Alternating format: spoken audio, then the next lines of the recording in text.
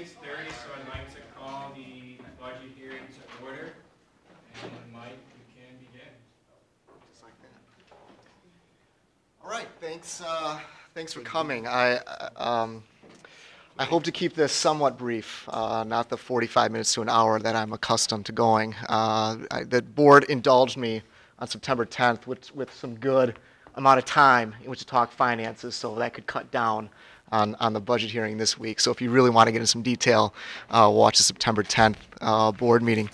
I usually struggle for a PowerPoint theme, so I went with the one with the boards on the bottom because we're in the boardroom. So that's the best I can do this year. We'll see what we do next year. Go ahead, Kathy. So I'd be remiss if I didn't mention right off the bat Whitnall's new prospectus and our purpose, passion, values, and vision, which are kind of guiding now the district in a number of areas, including financial.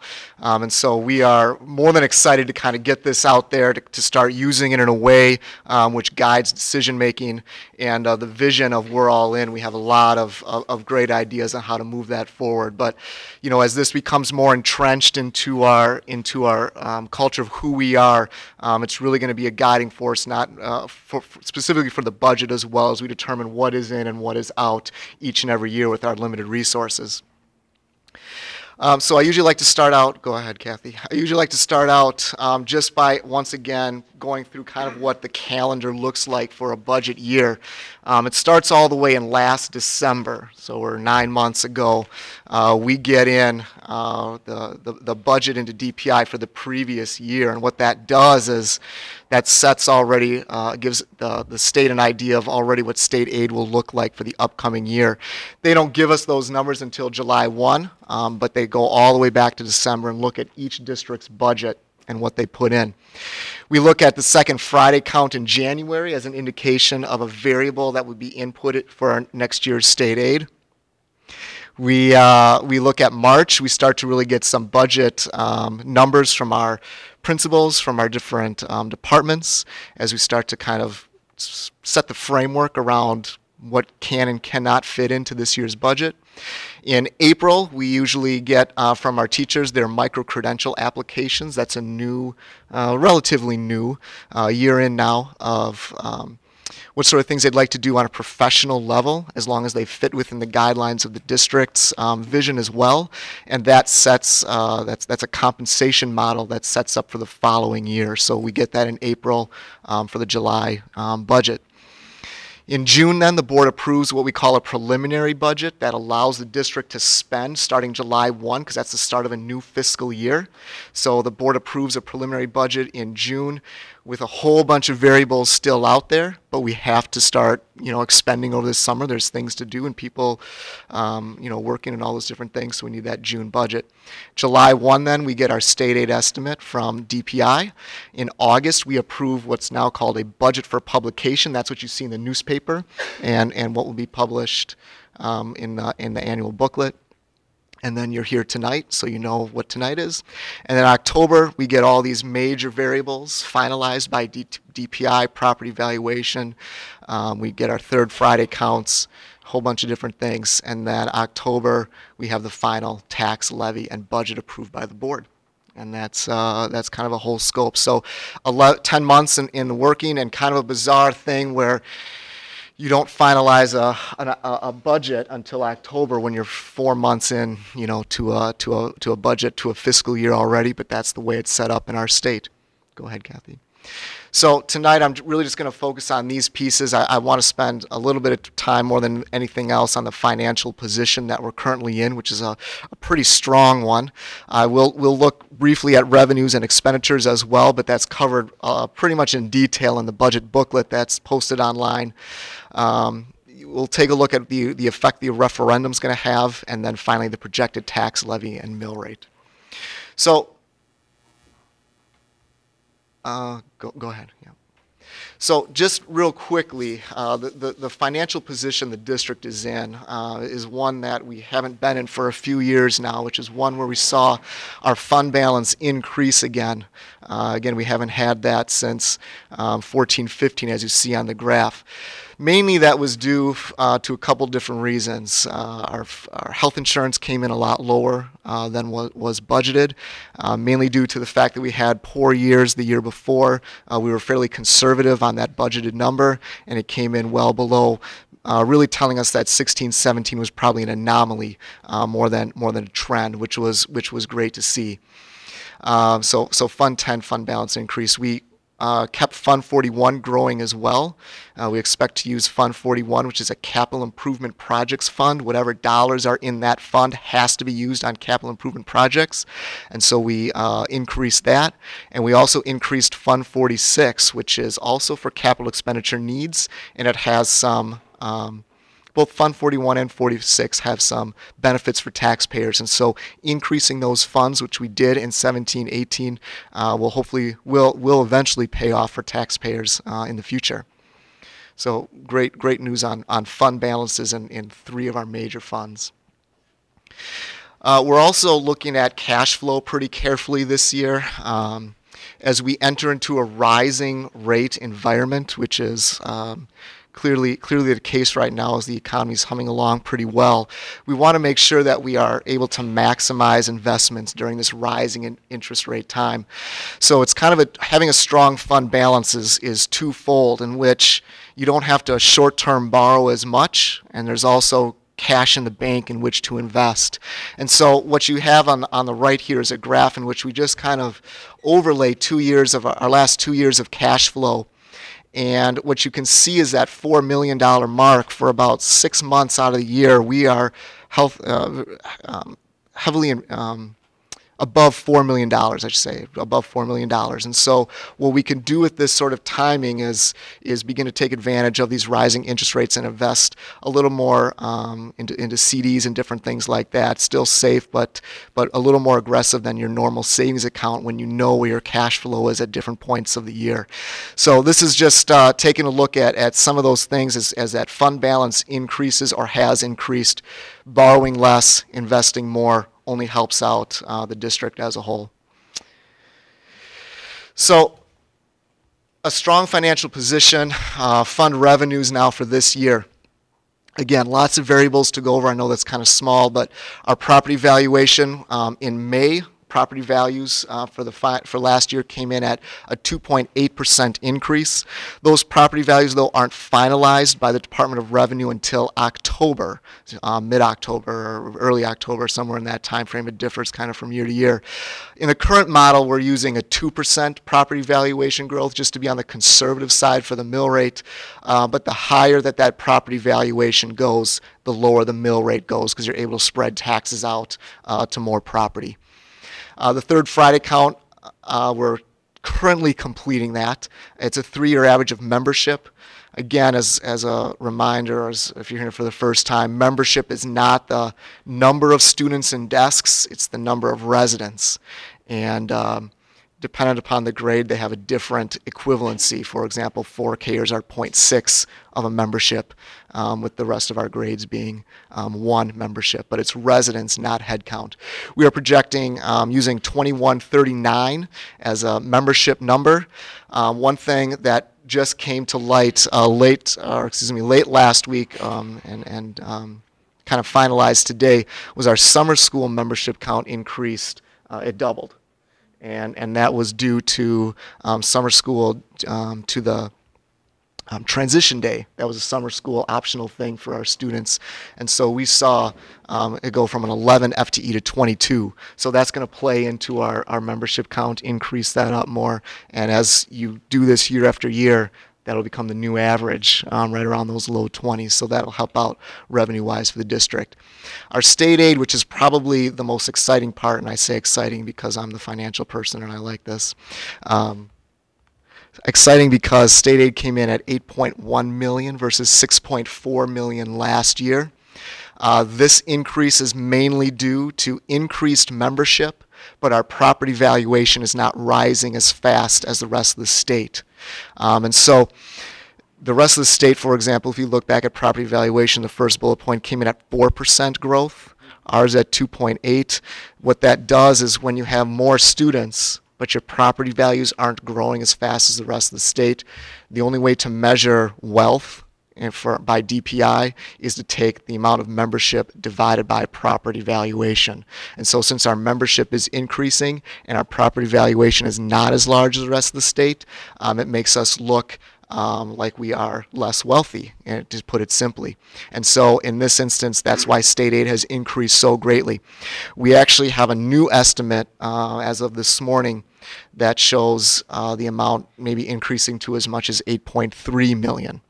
Due to us coming in below budget and looking at the rest of the districts in the state. So we have a lot of flexibility to do some different things in the next month to take advantage of that increased state aid. State aid, excuse me, my voice is cracked. What I'd like to say lastly about the state aid is that the amount of state aid doesn't increase revenue. It simply fills in the revenue limit. And so I get this, we'll certainly probably get this question in October when state aid numbers are finalized. You usually get somebody from the press calling and saying, what are you going to do with this more money? It's not more money, it's offsetting property taxes, just to be clear. So it fills in the $22.5 million that you see down below for the revenue limit. That revenue limit of the $22.5 million, which accounts for about 80% of our revenue, does not include the private school voucher deduction yet. I threw a number in from last year. That number we don't get until mid-October. One important note about this private school voucher this year is that it is including for the first time the special needs voucher, which private schools are able to submit for their students based on the needs that the private school determines. And then that gets brought back to the school district, their home district, and there really isn't any check on that. So we're going to see kind of for the first time what this special needs voucher is about. If there's any students in our district, we don't know. And we'll see what effect that has if there's any at all that ends up falling up on our revenue limit.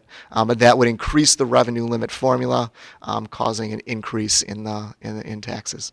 So, Mike, that was the new part of the new governor's budget. The second year that we're in it, right? Yeah, it came correct. Effect this year. Correct. It came effect this year. Yes. And so if we do have special needs kids that are going to private school, we're going to receive less. That's going to get charged against us. It's going to get charged against us. It'll increase the revenue limit. The state aid number is not moving, right? That's a fixed number. It'd have to go to property taxes. And did I see that it increased to it's like $12,000 or? That's open enrollment. That's a separate issue. But this number is the same. What's the variable here is the special needs voucher, where that can be any number, I believe, up to 30,000.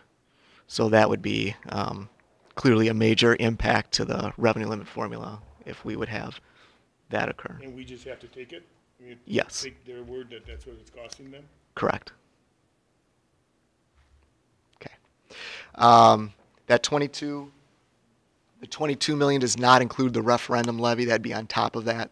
It does not include the transfer of service, which allows Whitnall to take on additional revenue limit if there are special education students that transfer into the district from another district. And we have a few of those students as well to handle those costs. We also does not include the potential for uncounted open enrollment students, which we usually get some from year to year simply because of the huge nature of MPS and the amount of students that we deal with open enrolling in and out from MPS. There's usually some uncounted open enrollment numbers. Again, that should be a minimal impact. If you want to go to the next slide, Kathy, just because we all like graphs here, I just want to put in graphical form where our revenues are coming from. And those are the 6 major sources of revenue. Anything else is less than the federal sources and fairly minimal impact to the entire budget. But you can kind of see where we stand here. If you go to the next slide. Again, those details are in our booklet.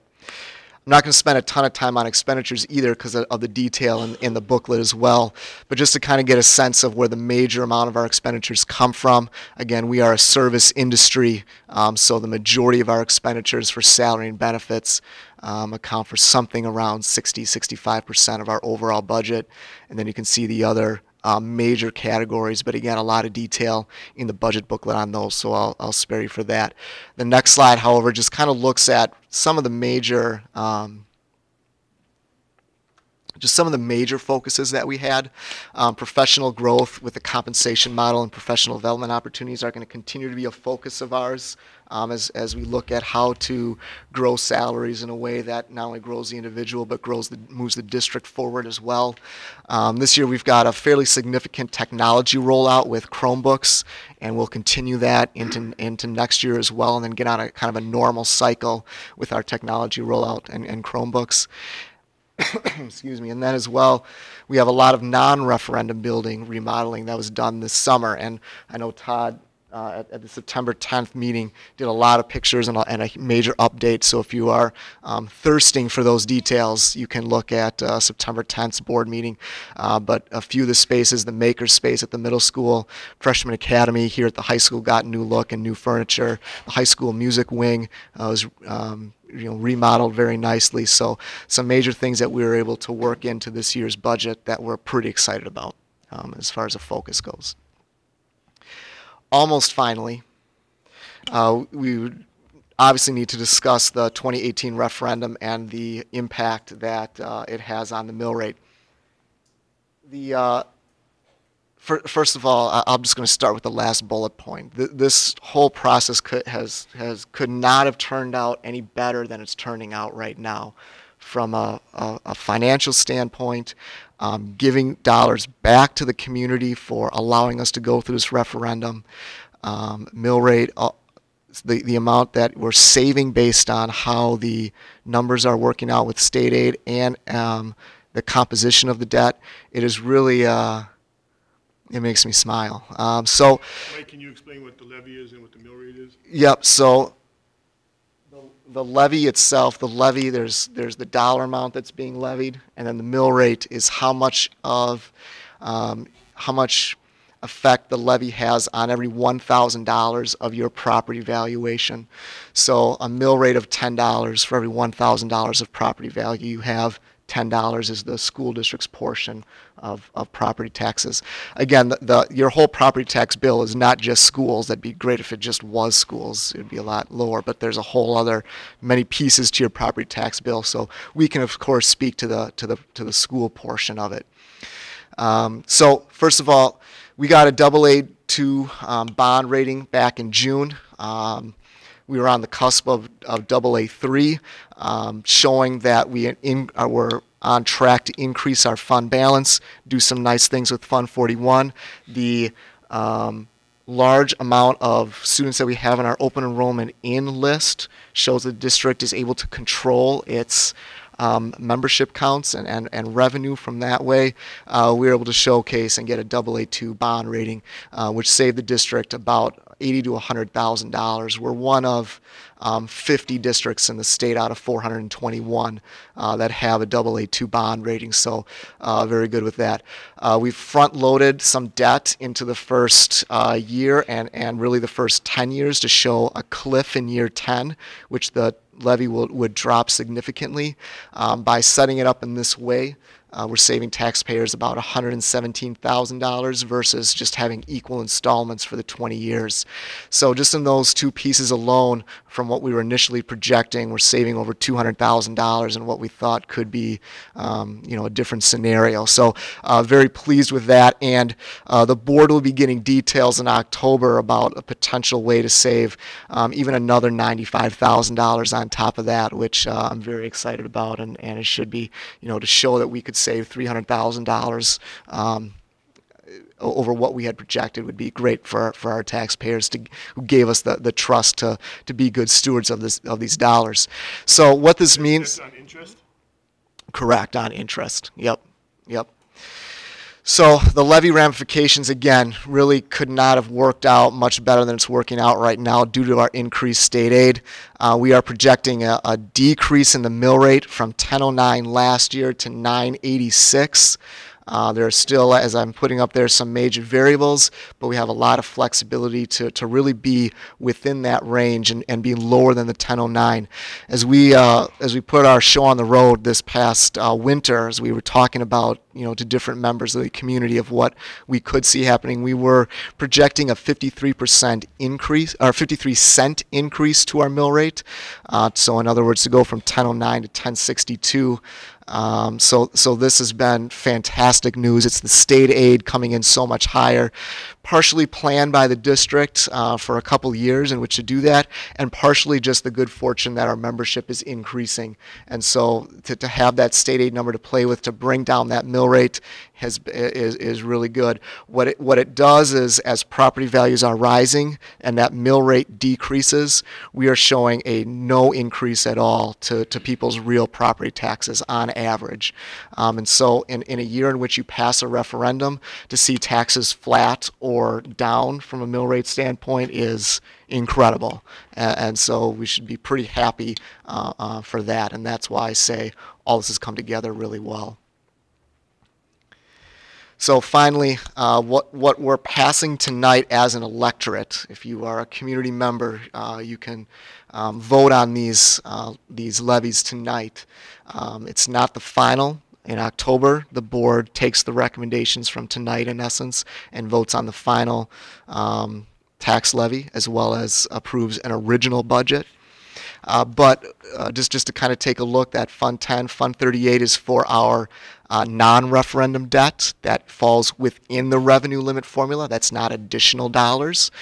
Same with Fund 41. That is not additional dollars. That's within the revenue limit formula. And then Fund 39, that's your number right there. That is above and beyond the revenue limit formula. But as I said, even with that being at 2.1 million, we expect the mill rate to be 986 and the overall impact of taxes to be 0. Just from, as I finish up, a little longer than I wanted, but that's all right, or anybody wanted. We just a historical piece. The blue is Whitnall's mill rate. The red is the state. For a long time we were above that state average, but the board, Whitnall, has done a nice job of keeping that mill rate right in line with the state and kind of continue to decrease as well. And again, showing another decrease. We'll see what the state does as a whole in the upcoming months, but doing our part to stay in line with the state and decrease taxes over the long run. So at this point, I will certainly field any questions that anybody may have, both the board or any elector in the audience. Or any administrator as well. If you have been paying attention diligently and want to ask anything, you certainly can. You're good. All right. Thank you. Thanks, Mike. Thank you, Mike. Okay. Seeing no questions, we'll move on to the annual meeting. Does anyone have any questions? No? Okay, then we'll move on to the annual meeting. I'd like to call this meeting to order. So call to order the annual meeting. This is a meeting where electors of the Whitnall School District can vote on the proposed tax levy for the 2018-19 school year, as well as set school board member salaries and set the date and time for the next annual meeting. Eligible voters are electors defined by the state of Wisconsin as a United States citizen and a district resident. Every elector is eligible to vote at the annual meeting. So every year, a chairperson for the annual meeting must be elected by qualified electors of the Whitnall School District. We do ask for a chairperson who is not a board member, so at this point, does anyone have a recommendation for a chairperson? I'd like to nominate Rob Petrie. Okay. Rob, do you accept the nomination? Okay. Do we have anyone else with a nomination? And a second? I'm sorry, does anyone else have a nomination? So I have to ask again, does anyone else have a nomination? Okay, all right, then, Rob, thank you for accepting that, and then we'll take Rob, right? Yeah. We're good, okay. So then we will all scurry to the back And Rob, it's your show. Sit up here all alone.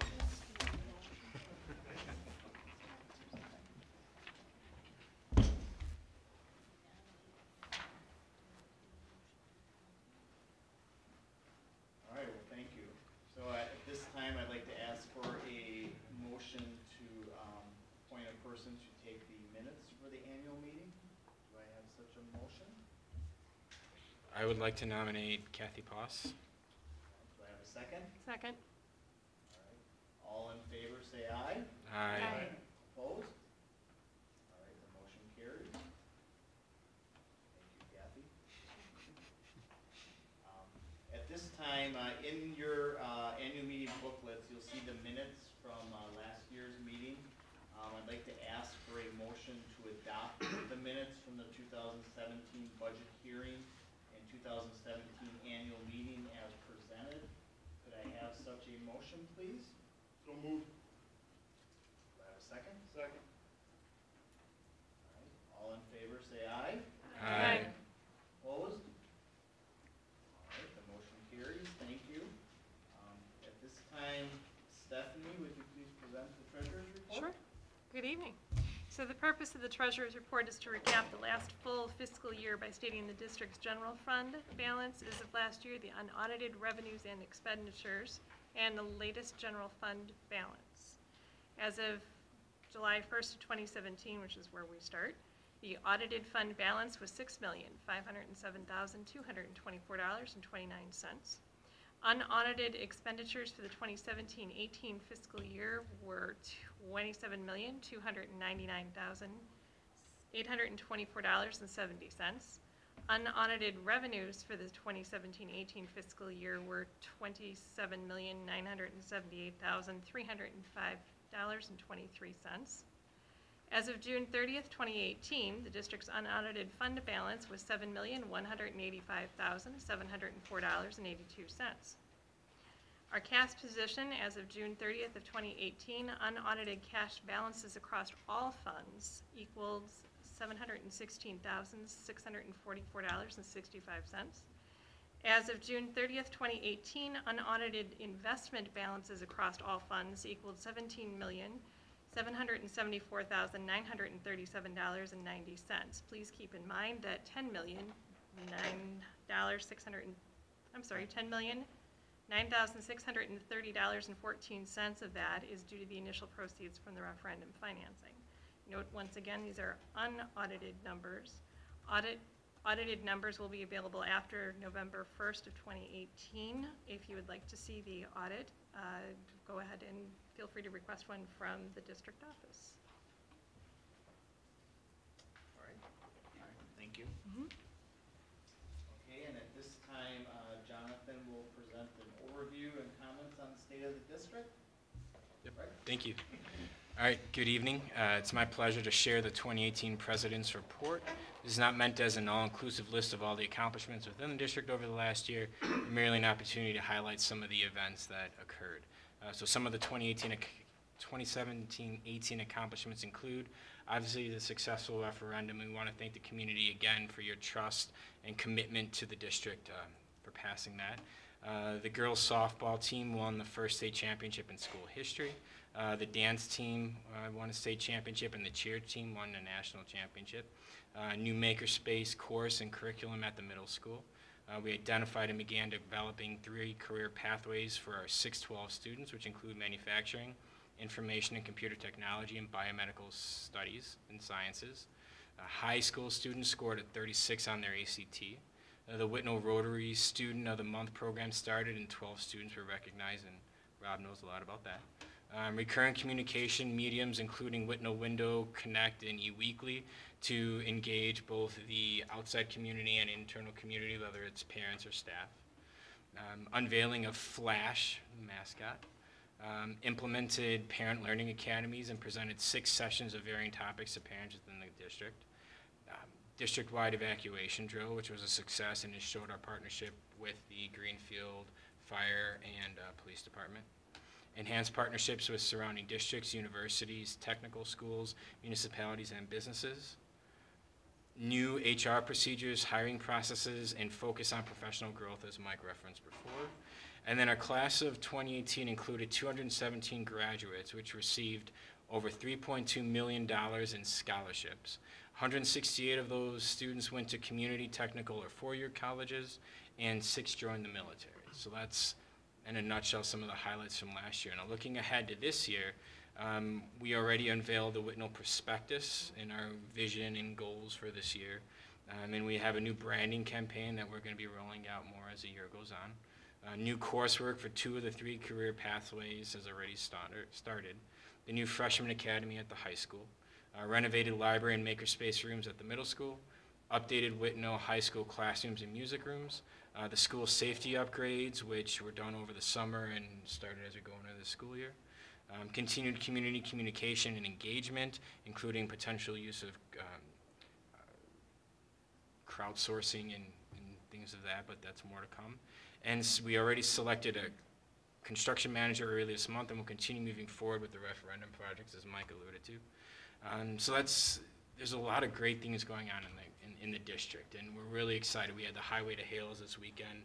We obviously know the construction's going on, but we've got a great synergy between the board, the administration, and the administration working within the district. So as a president, I'm really excited of where we're going, the growth we've made over the last year, and excited of where we're going to be going this year. There's a lot of growth. Obviously, you can see it with the referendum projects coming through, but even the little things like the makerspace room, the library, the music rooms. It's really exciting to be on this end of it because we see the things we've been working towards coming together. So 2018-19, there's a lot of things that come. The prospectus is the start of it. The We're All In campaign that's going to be rolling out. We're living it. So I'm really excited to see where we stand next year and be able to, whoever is a president at that point, to give their president's report and to see where we are there. So thank you again to the community for your faith and trust in us as a board and district, and we look forward to the year ahead. So that's it. Thank you, Rob. All right, thank you. All right, now the exciting part, everybody. We are going to go through the action items for the electors. So in your booklet, you will see the recommended resolution language that we are going to go through tonight. I will read each resolution, and if there are no requested changes, I will ask for a motion for each of these at that time, okay? So I will start off with resolution number 1, the tax levy. Be it resolved by the electors of the Whitnall School District pursuant to section 120.10 subsection 8 of the Wisconsin statutes that the tax levy for the 2018-19 school year shall be set at $14,186,353 for Fund 10, General Fund, and $177,292 for Fund 38, the non-referendum debt service, and $2,100,000 in Fund 39, referendum debt service. May I request that the resolution be so moved as a motion? Motion. Do I have a second? Second. All right. This time, all in favor, say aye. Aye.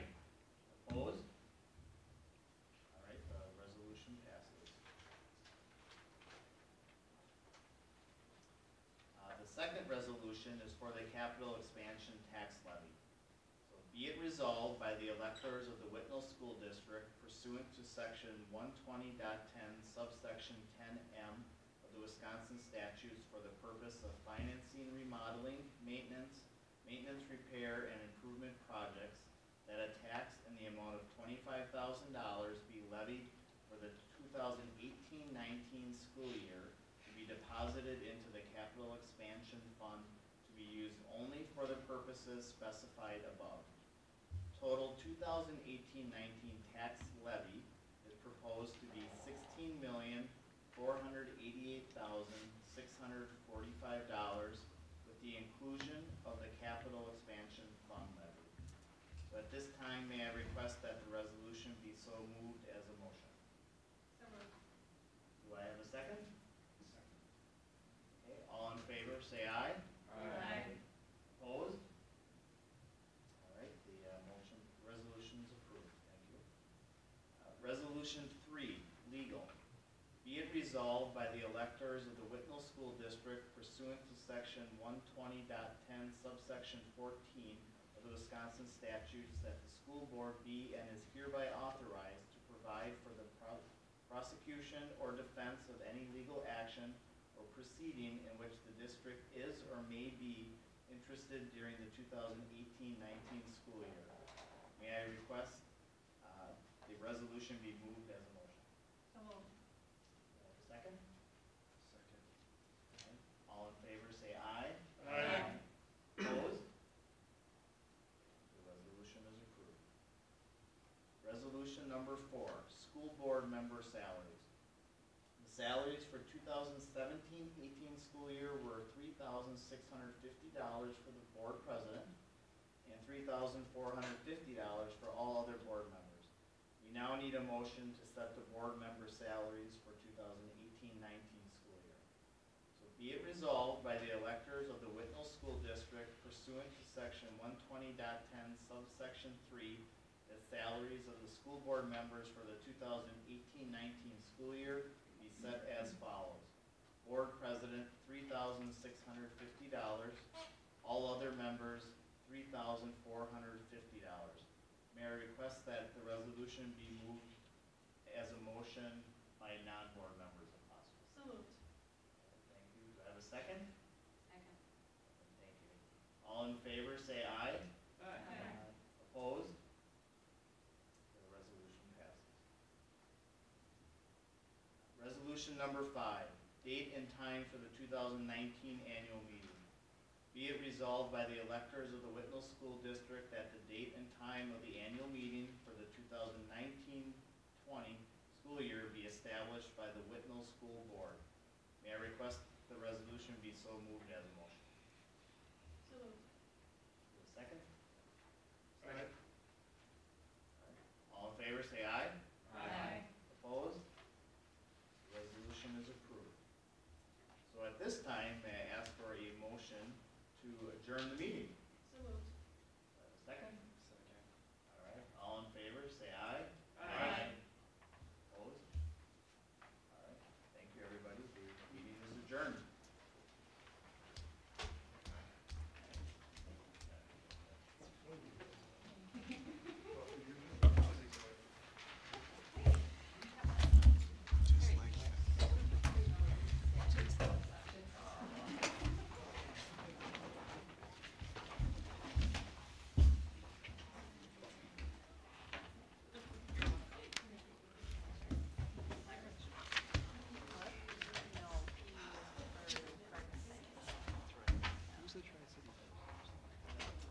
He's right now the vice president of the Commerce Chain Reserve and Makers. James, shoot, I remember his last name. He's a little branch manager over in, yeah. James. Just a little nervous with that first resolution. Sweet. All right.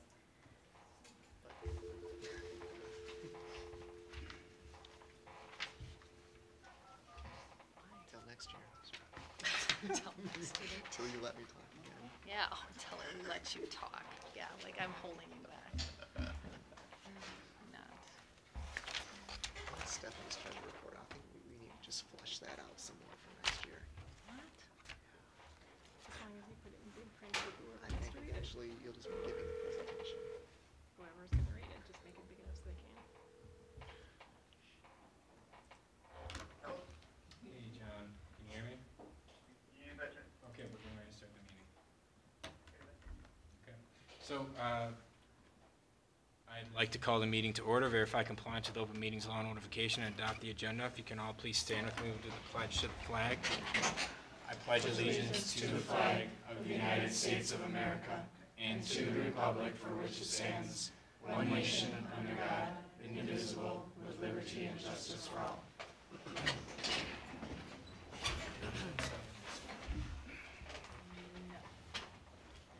Okay. Did anyone have any comments this evening before we start? Okay, thank you. Do we have any gifts? We don't have any items for number 4, gifts, donations, recognition, student or staff spotlights, so we'll move on to 5, consent agenda. 5A is approval of September vouchers and vouchers payable. 5B is approval of August 20th and September 10th, 2018 school board minutes. And C is approval of 2019 out-of-country trip to France. Would anyone like to pull an item? Item C? Okay, anyone else like to pull an item? Okay, I'll take a motion to approve. So moved. Second? Second. All in favor? Aye. Opposed? Okay, motion carries. Go ahead, Quinn. Do we know how many students are planning on going to France? I mean, it's a voluntary trip, and I think Natalia is looking to have right around 15 students, Oh. I believe. I thought that would be- She's looking for French 4 students, and a few French students to go. Stephanie, how many last time? Oh, last time there were 9 students. All of them had at least 2 to 3 years or more. that they 15 would be a little studied. high, maybe. but- I think so. 15 might be a 'Cause- little, Yeah, I think she's talked about it, but until she got board approval, she didn't want to commit or put the money in, so I don't know what she's looking at for a number right now. So we don't have any commitments yet? Well, I think or- she wanted to make sure that it was approved in terms of, and I Before think she put it on our out there. international trips, that's why it comes to the board. We always want to make sure there's nothing happening in a country at any given time. I mean, France tends to be relatively safe, but we always want to make sure that there's nothing going on internationally before we would secure that, and the company that we use has insurance for the students, and the parents are made well aware of that, so, And are there any State Department, not right now. Okay, any other questions? In looking at it, they had a liability policy. What is that covering? I didn't see anything specific in it. Wasn't sure what that policy Yeah, is. it's the same company that we used before, and typically it's different than the trip insurance, and they always have to provide their own medical and some of those things, so I think it's just some basic liability in terms of what the trip it does. I wouldn't be able to claim to speak on it here, but that's different than trip insurance liability should something be canceled, or that's always a risk that parents take on themselves based on that. Okay. But I can follow up with you, Steve, if you'd like. Thank you. Yep. Any other questions? Okay, then I'll take a motion to approve C, approval of 2019 out-of-country trip to France. so moved. Second? Second. All in favor? Aye. Opposed? All right, motion carries. Item 6, action items. 6A is semi-annual board policy updates and revisions. I'll take a motion to approve. So moved. Second? Second. Any further questions or discussion? So we did address all the things that were asked, and we didn't have any problems? To the best of my knowledge, I gave an explanation to the board in terms, we followed up with legal counsel, other districts on that, so, that was the explanations that were there. I didn't hear anything if there was anything else beyond that, that was the information they found out, so, yep. So nothing changed other than you gave explanations to why they were changed? Yeah, I think the questions, and John could address them, because I think they came from him, were mostly just some clarifications on why a change was being, and I wasn't able to answer that on the spot. Sometimes it was a technicality, sometimes they're optional, but legal will recommend it because it provides clarity, or they run into a situation. So I think that was the case in both of the questions that were asked. So nothing that would change it, it just gave clarity as to why, legal might be recommending that language change, whether it was technical or not. Okay, any other discussion? Okay, then. Sure. Okay, then all in favor? Aye. Opposed? All right, motion carries. B is 2018-19 superintendent goals. Motion to approve. So moved. And second, Aye. any discussion? All right, seeing none, all in favor? Aye. Aye. Opposed? Okay, motion carries. C is high school boiler replacement and asbestos removal. Take a motion to approve. So moved. Oop. Second? Aye. Sorry, Kevin. You can get the next one. Any discussion? Do we know how much asbestos Hold is on, John, I'll involved? come to you next, okay? Todd, you want to come up and just field some questions?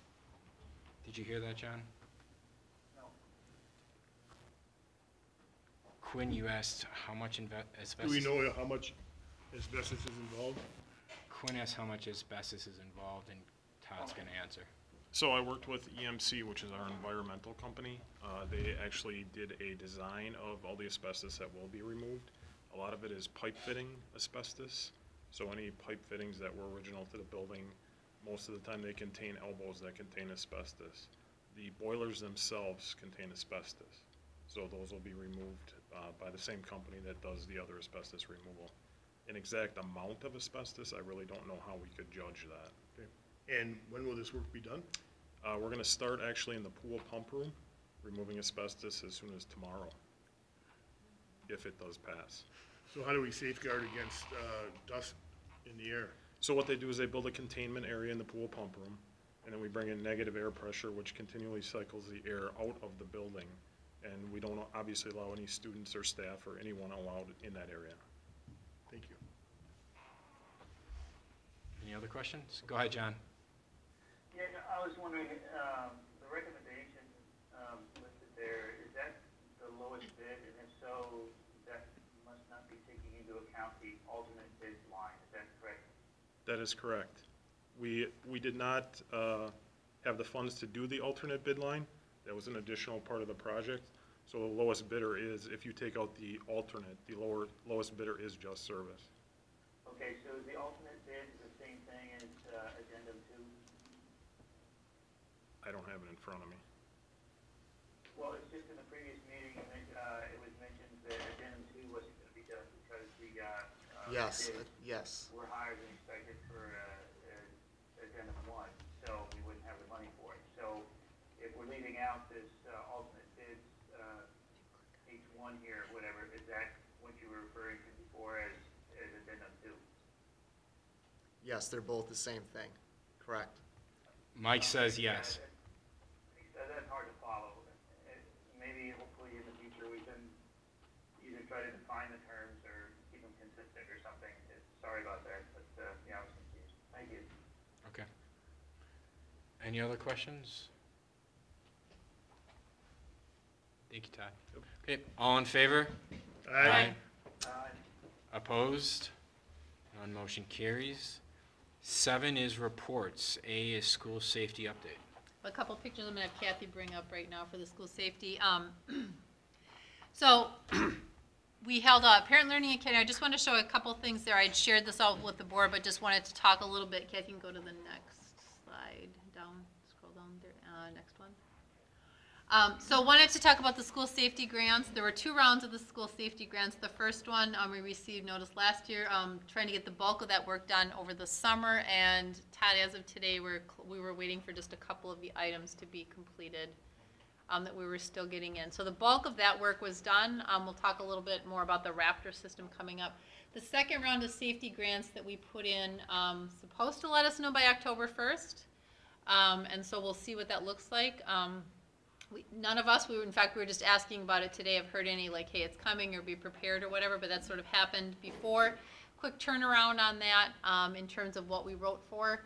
If you look at the bottom right-hand corner of that, one of the concerns, in fact, today we were talking about that at our meeting, and I was looking again, and the high school lobby area when you check in is one of our buildings that has the least visibility to visitors approaching the building. So where our person is that checks in visitors, she does not have any visibility even into the little vestibule area, let alone anybody approaching the building. And all of our training tells us that the most critical time in an incident prevention, or at least mitigation of that, is the approaching time of somebody into a building. So that became a critical piece for us when we were looking at the physical layout of a building, especially at the high school. So that area, there's an arrow there. We're looking at having that being where she would come and sit out there so she could see approaching people coming from the street all the way that's there. We did a preliminary sketch at that. We did a preliminary check with the fire and had their person who checks it from insurance look at it. They said tentatively, obviously there's a lot of stuff that we have to look at to ensure that. We didn't get final approvals and permits and all of that stuff. A backup plan would be to at least move her out. It would not be optimal there because she would still not have full visibility into there. But those were a chunk of the costs that we put into the second round of the safety grant. All of our other school districts after the referendum for Hales Corners Elementary have good visibility in terms of people approaching from a distance. People who are sitting in that reception area can see people approaching. So this is really only our building that does not have good visibility in terms of that.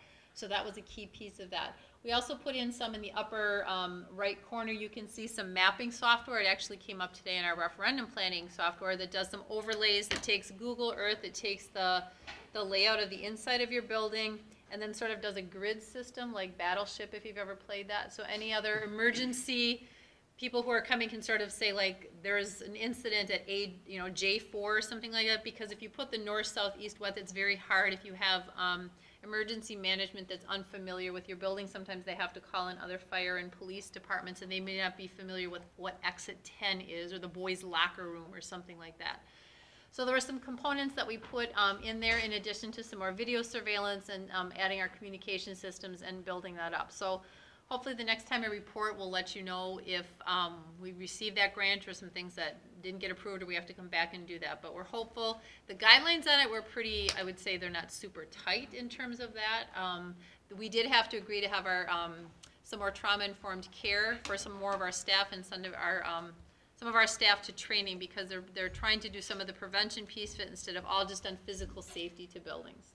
So that's the second round of the school safety grants, and we put in to the tune of 139 and some odd cents. so almost $140,000 in that grant that we get. That's part of the state DOJ grant. So we'll let you know as we update that. The next thing that we've talked about here is the Raptor system. This Friday at in-service, I know that there's going to be some conversation with our administrative assistants at our buildings to talk about the process, how it's working, some things that we've encountered in terms of various people who are coming, whether it's parents or volunteers that were using it, so we can make sure that that process is working the way that it needs to. I know that when I've had meetings with people, they've had their labels on with who they're seeing and their picture and all of that type of thing. So I know that we are implementing the protocols, and I think principals, we are using it for our substitute teachers also. So that's new this year. So before, our subs just had on a name tag that said like guest teacher. We're here, it actually has their picture and what their name is on it, which is much more identifiable, even if they're subbing for the day in there. So I think that that's helpful too. So we'll continue to monitor that, check with the procedures that are working, and then update them as we need. There are more modules in there in terms of putting our crisis plan. If we wanted to look at that, we'll continue to look at that in terms of that. I have shared, but obviously one of our concerns with school safety includes the traffic. We spent some time analyzing that, and I think, I'm knocking on wood, yes I am, that we're in a much better place in our middle and high school intersections in terms of that with some of the changes that we've done. We've added a crossing guard, but we've also changed the traffic pattern there, so it backs up on north of 116th instead of at the four-way intersection and the crossing ones. Perfect by no means, no, but at least it's removed the heavy traffic away from the pedestrian crosswalks, which is our main concern. We still have, obviously, some spots that we would love to have that. We continue to ask parents or community members who would like to volunteer to be a crossing guard. If that works with their schedule, we would take any crossing guards, and our SRO would train them in terms of what needs to be done for that. We know that the bulk of our traffic issues and concerns at Hales Corners Elementary will get fixed with the referendum, and so that will be a much safer place too, with parent pickup, drop off, and where the parking is in the back there. So traffic also is included in terms of our school safety. And the last thing I just want to mention over on school safety is we continue to train both our staff, not just pupil services, but they probably have the most intense training. Jackie's working with them in terms of what that looks like, but all of our staff members being aware. So back to school in August, all of our staff members were at a training in terms of what the traumas, what that is and what that means for students, and what we're looking for in terms of all of those things. So we continue to look for what that means so we can be much more aware of students, both situational awareness and maybe some things that might put more students in a place that they might be in terms of being proactive, that we need to watch them in terms of behaviors, that we can address the behaviors before they escalate to a point that they might be a problem. So that's it in terms of school safety, unless the board has other questions about anything that we're at right now. I do. Sure. So can we talk about the email you received from a staff member in regards to the schools being open from 7 o'clock till 7:45? Sure. Yeah. Is that what it is? So that's common in terms, I don't know a school that doesn't have that. I mean, that's sort of the case, we talk about that in terms of schools across the board, is that once the school day starts is when you sort of close down all the entrances. Talked with colleagues about that, in fact, that same day, and we say that that's true, is that not every door is open, I mean, but in the main door at that point, we don't have somebody checking visitors 24/7. Right now, if somebody came in here for the board meeting, we're not checking them through Raptor, right? During the school day, we do. So there's always that thing, at what point, you know, it's not under 24/7 surveillance, you're right, and it's not. But when students are in school, or even prior to that, visitors can't go in any entrance. They're locked. They're only limited to go in there, but we don't have somebody doing the Raptor system at 6 a.m. from the first time that there is. So if a parent were to come in at 7 a.m. and they're dropping something off in the office or whatever it is, or going to, there isn't that same as once the school day starts or when the school day ends. I don't know of schools that have that. That's just not. As is with athletic or activities after? Absolutely, yeah. I mean, it is. It seems like, so once the day's, like, we're more concerned about that, but I mean, there's, I don't know I don't know of anybody else that does that. Otherwise, you're literally monitoring your building and nobody could come in and out of it, and I don't know how you would do that. So I'm not diminishing the impact that there's a risk there, but we try to mitigate as many risks as there are. Obviously, we have video surveillance and whatever it is, but you're right. Once 245 at the high school comes, you know, people don't use the Raptor system anymore. But you can't go, every door isn't open. I mean, a key fob it is, but it's not like they're open. You still only have the certain entrances that are open at that point, so. Thank you. Yep. Any other questions? Okay, then we'll move on to B, referendum construction update. So since we met 2 weeks ago, we've had a lot of long meetings. Is that a way to, Todd and Mike, a way to summarize what's been going on? Okay. So that next morning, Tuesday morning, we met right away with C.G. Schmidt team and Bray team, and we sort of talked about timeline a little bit to sort of talk about if the accelerated timeline that was presented to us was even an option, because we really don't, that's the next thing we need to figure out is a timeline, and what barriers might be in the way to doing an accelerated timeline or not. And so that was really our next order of business. And so I guess the question was, because as part of the interview process, they presented an alternative timeline to make sure that we're ready to start in all of our buildings by September of 2019. One of the original timelines that Bray presented was not finishing up until November-ish, I think, with final things. Yeah. So I said yes, we're absolutely interested in that for a lot of different reasons, and school safety is it for one of mine, because the last thing that happens at Hales Corners Elementary is the demolition of the 1948 building, and that's the thing that sort of stands in the way of doing the whole parking lot redo and all of those pieces. And so the sooner, if we can get parent traffic flow ready at the beginning of the school year instead of trying to do that in January and all of that stuff, that was really critical. So it also lets the students who start the school year and there are little ones not have to be in one part of the building and then learn where their new classroom are and routines are, especially for our 4K, 5K kids. I think that that's really important for them. And so it was critical. So we talked about what that was. We looked at the Village of Hales Corners Planning Commission timelines. And so we had a long meeting there. We had a 4-hour meeting last Thursday with all of the engineers. So Bray brought in all of their engineers again with Schmidt.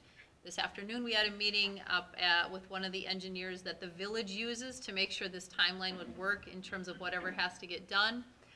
So the critical pieces are the Plan Commission meeting at the Village of Hales Corners, which is on November 19th.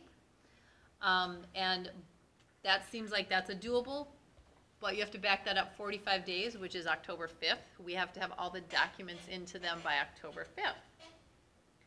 That means storm sewer, all of the civil engineering, landscaping, and all of that stuff done. And so we're not quite there yet, but it was a good meeting today in terms of what they need. Geological company was there, Bray was there, Schmidt was there.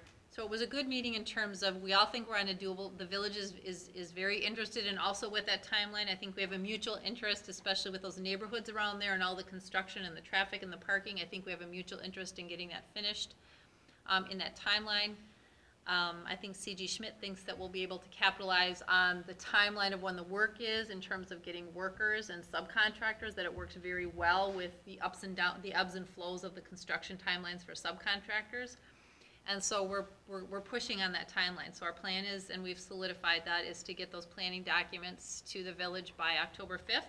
They did talk to us a little bit about if we needed to finalize a couple of those documents, that we could have them in a week or two after that, like some more details on them, but we're looking at that October 5th date to get that to the village.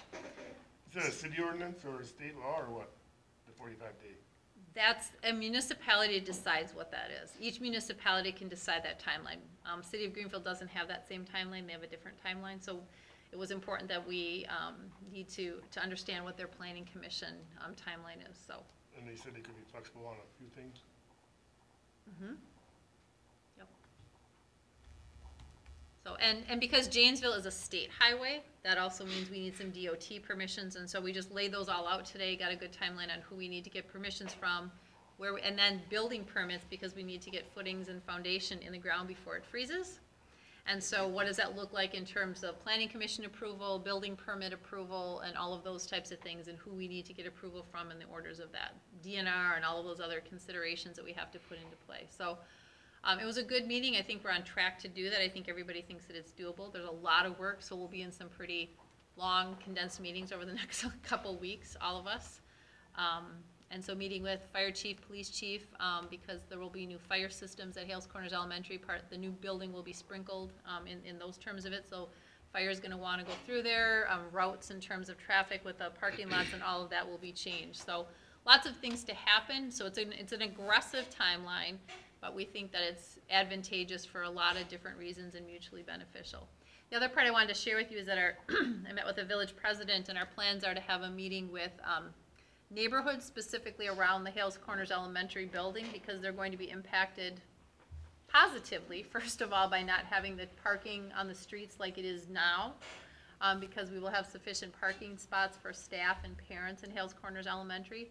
Second of all, they might, as we add a parking lot where the 1948 building is, they might be concerned about parking lot lights, and will that be shining into their yards and all of those types of things. So we thought it was a good idea, probably mid-October, to hold a meeting to anybody who wants to come, but specifically those who are right around the proximity of the elementary school there, to talk about what does traffic flow mean, what will construction traffic look like for them, and reach out to that. So we'll probably plan, once I get a date, I'll share that out, but anybody's able to attend, but really try to target those blocks right around the elementary school. Anything else, Todd or Mike, that I've forgotten in terms of updates since the last couple of weeks? It's been busy. And Bray's on board? Yeah, of course they'd like a slower timeline, but they're the only one. Yep. Yep. Any other questions? Okay, thank you. So 7C is referendum monthly financials with Mike. Yeah, any questions? That's kind of how I'll treat this, I think. If you have questions, please feel free. I'm not going to give a lengthy report on the financials each time, but if there are questions that you have, feel free to bring them to the table. Okay, seeing none, we'll move on to 8 items for future consideration. Yeah, how about the video portion of the scoreboard at the Falcon Field? We have the second meeting in October. We're going to have a discussion on overall sponsorships within the district as a way to fund projects, the scoreboard being one of it. I know Dave is already doing some work to see what the cost would be for that, but yeah, so look for that as in that meeting. Yeah, okay. Any other items for future consideration? Okay. 9 announcements.